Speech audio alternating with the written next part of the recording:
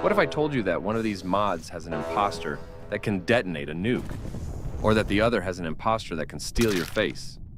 Welcome back to part 3 of the Town of Us Mira versus the Other Roles series. Now, imposter roles are very different from crewmates and neutrals. Everyone here has the same job: kill everyone and don't get caught. So, the question becomes, how many different ways can each mod pull this off? Same format as always. Part 1, the variants. Roles that share a concept but execute it differently. Part 2, the identicals. Roles that are functionally the same in both mods. And Part 3, the uniques. The roles you can only find in one mod. And at the end, you decide. Who has better imposters? Links to both mods and the install guide are in the description. Let's get into it. Part 1, the variants. Starting with Undertaker versus Undertaker. Same name, same core idea. Drag dead bodies around and hide them where nobody will ever find them, whether normally or through vents. In Town of Us Mira, that is pretty much the whole role. Simple, and honestly, still really effective. In the other roles, the Undertaker gets a massive buff. By interconnecting all the vents, this gives him insane plays, like killing in navigation and taking the body all the way to reactor. Matchup 2, Swooper versus Ninja. Both of these are invisibility roles. The Swooper in Town of Us Mira keeps it clean. Press swoop, turn invisible, kill someone in broad daylight, and unswoop around the corner, like nothing happened. The Ninja in the other roles adds a little give and take. While stealthed, the Ninja moves faster than a normal crewmate, but killing in stealth mode increases their kill cooldown. So the Ninja is stronger in the moment, but pays for it afterwards. Matchup 3, Escapist versus Yo-Yo. Teleportation time. The Escapist in Town of Us Mira marks a location, then recalls to it from anywhere on the map whenever they want. Kill in electrical, recall to cafeteria, act shocked when the body report comes in. It is a one-way ticket with perfect alibi potential. The yo-yo in the other roles is, well, a yo-yo. They mark a spot and blink to it, but after a set amount of time, they automatically snap back to where they started, so you can't be in the new location for long.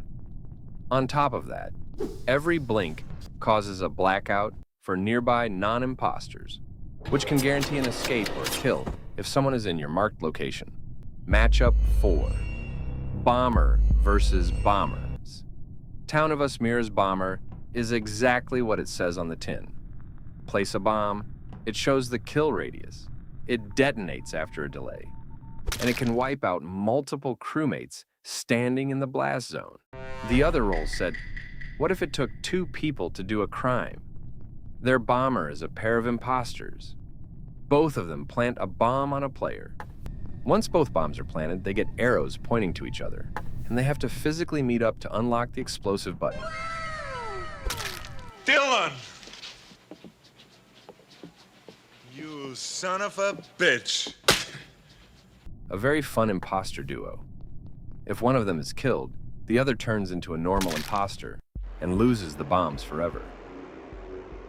Matchup 5, Miner versus Trickster. Both of these roles build their own vent networks, which is already scary. The Miner in Town of Us Mira places new vents around the map, and all miner vents connect to each other as one private system. Simple.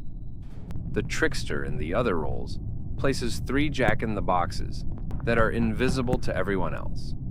Once all 3 are placed, they convert into a private vent network, but the boxes become visible to the crew.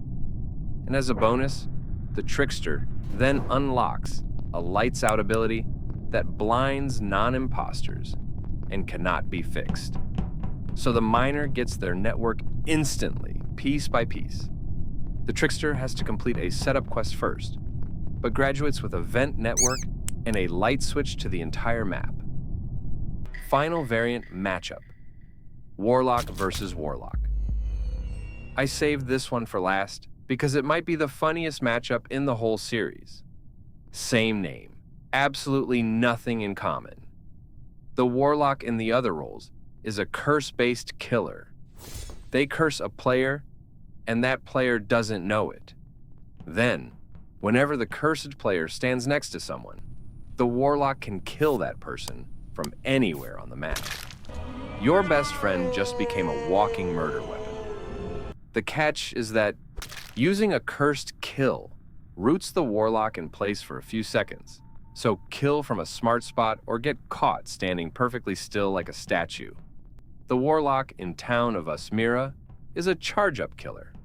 Their kill button builds power over time, and at 100% charge, they unleash a multi-kill window where they can rapidly click kill on everyone around them.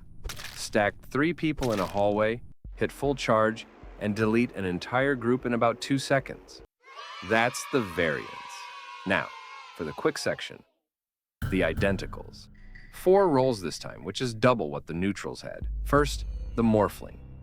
In both mods, the morphling samples a player's appearance and can transform into them later, allowing you to frame anyone you want. Second, the janitor, known as the cleaner in the other roles. Clean a dead body, make it disappear, and leave the crew wondering why 5 people are missing with 0 reports. Third, the scavenger, known as the bounty hunter in the other roles. You get assigned targets. Kill the right target, your cooldown drops massively. Kill the wrong person, your cooldown balloons as punishment. And fourth, the blackmailer. Silence a player for the next meeting. They physically cannot speak in chat or vote, which means, yes, you can kill someone in front of a witness, blackmail the witness, and watch them sit in the meeting having a silent breakdown. That wraps up the identical roles. And now for the final part of the video, the uniques. Let's start with Town of Us Mira. Mira has 10 unique imposters, and the mod sorts them into alignments: concealing, killing, support, and power. First, the Eclipsal. The Eclipsal blinds all nearby players, reducing their vision so hard they can only see the map itself. Blinded players cannot report bodies. So blind a group, kill in the middle of them, and walk away from a crowd of witnesses who saw nothing and can report nothing. Second, the Grenadier, cousin of the Eclipsal. The Grenadier throws down a flash grenade that turns everyone's screen gray in the radius. Flash the room, do your business. What do you mean by that? And be gone before the colors come back. Third, the Venerer, an imposter with a power creep. The Venerer starts as a basically vanilla imposter, but every kill unlocks a new ability. First kill, camouflage. You appear as a gray bean to everyone. Second kill, sprint. You gain flash level speed while camouflaged. Third kill, freeze. Players around you get slowed while you're fast and hidden. And all abilities activate at once on a single button. A fully stacked Venerer is a gray blur that runs through a room and leaves bodies behind. Fourth, the Ambusher. The Ambusher pursues a target and gets a tracking arrow to them. Then, when that target stands next to another player, the Ambusher forces their target to kill that player. And then the body gets dragged into the shadows and teleported back to the Ambusher. So someone commits a murder, the victim vanishes into thin air, and the actual imposter was never in the room. Fucking diabolical. Fifth, the Herbalist, a utility belt in role form. The Herbalist has 3 abilities on one shared cooldown. Expose reveals a player's role to all imposters while making them unguessable. Confuse hits a player with fungal spores, so they can't identify anyone. And Protect shields a player like an evil cleric, including your fellow imposters. It is the support role of your imposter team's dreams. Sixth, the Ambassador. Speaking of support, the Ambassador can retrain imposters into different imposter roles mid-game. Your Morphling is not working out in this match? Retrain them into something else during a meeting. It is the only role in either mod that lets your team redraft its own lineup while the game is running. One of the strongest imposter roles out there. 7. The hypnotist. The hypnotist marks players with hypnosis during rounds. Then, during a meeting, they can trigger mass hysteria. Every hypnotized player starts seeing false visuals on other players the following round. People look like different people, allowing you to start killing freely. 8th, the spellslinger. The spellslinger hexes players one at a time. Once every single non-imposter is hexed, they can start the hex bomb countdown. If the spellslinger is still alive when it hits 0, I am inevitable. a nuke drops and the imposters instantly win. 9th, the puppeteer. The puppeteer opens a menu, picks a player, and takes direct control of their movement, steering them around like a video game character to force a kill. The victim's body commits the crime, while the puppeteer stands still somewhere safe. The only real risk is that you're frozen in place while controlling them, so pick your moment. And 10th, the parasite. The parasite overtakes a player and controls their movement with a literal picture-in-picture camera on their screen. The victim sees themselves as the parasite. They can't use their abilities, and the parasite can walk them anywhere on the map and then kill them whenever they feel like it, or just let the control timer run out and execute them automatically. Now let's talk about the roles unique to the other roles. The other roles brings 16 unique imposters to this fight. Yes, 16.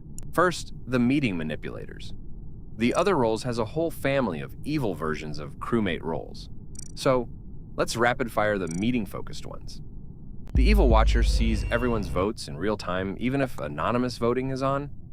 He also has a nice passive. If he witnesses a kill, his kill cooldown resets, allowing you to do some crazy combos with your teammates. The evil swapper can swap all the votes between two players during a meeting. All the votes on the imposter suddenly belong to some poor, innocent crewmate. You can decide how many swaps you want him to have, but I usually keep it at 1.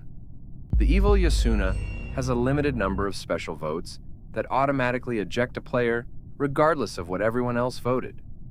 Think of it like an evil prosecutor. 4th, the evil hacker. The evil hacker carries a portable admin table, can see the status of every door on the map, and depending on the settings, can even create a madmate, a crewmate who works for the imposters. 5th, the evil tracker. Arrows pointing to their imposter mates, the ability to track a chosen player's position, and depending on settings, kill flashes when their partner kills. A role allowing you to keep track of everything going in the game. 6th, the evil guesser. During meetings, the evil guesser can shoot a player by guessing their role. Guess right, they die on the spot. Guess wrong, you die instead. High risk, high reward. Now, here's an interesting bit of design trivia. Town of Us Mira doesn't have a guesser role at all, and that is on purpose. In Mira, guessing was turned into a modifier called Assassin, which can be attached to imposters or neutrals, giving them the ability to guess roles on top of their normal kit. So instead of guessing being one role's whole identity, it became a spice you can sprinkle on anyone. 7th, the camouflager. The camouflager activates a camouflage mode where every player in the lobby turns the same color with no names, no hats, no pets. 10 seconds of pure anonymous play. And this is the second role Mira deliberately skipped. In Town of Us Mira, there's a setting that triggers this exact camouflage effect automatically whenever comms is sabotaged. So the ability still exists in Mira. It just got absorbed into the sabotage system, instead of taking up a role slot. 8th, the eraser. The eraser deletes other players' roles. The erased player loses their role entirely after the next meeting. Wait a minute. I'm white. Imagine grinding your way to a powerful crewmate roll, and someone just rubs it out like a pencil mark. What do you mean by that? 9th, the Witch. The Witch casts spells on players. Spellbound players get highlighted during the next meeting, and when the meeting ends, they die. The whole lobby can see who is marked for death, and has one meeting to figure out who did it, or vote the Witch out to potentially save everyone, depending on the settings. It turns every meeting into a hostage negotiation. 10th, the Vampire. The Vampire bites players, and bitten players die after a delay, or at the start of the next meeting. Kill on a timer, so you're long gone before the body even exists. The counter? Garlic. Every player can place garlic around the map, and near garlic, the vampire can't bite, only kill normally. 11th, the Trapper. The Trapper places traps around the map that are invisible once they arm. Walk over one, and you're stuck, frozen in place, completely helpless. If nobody comes to rescue you within a set amount of time, you die right there in the trap.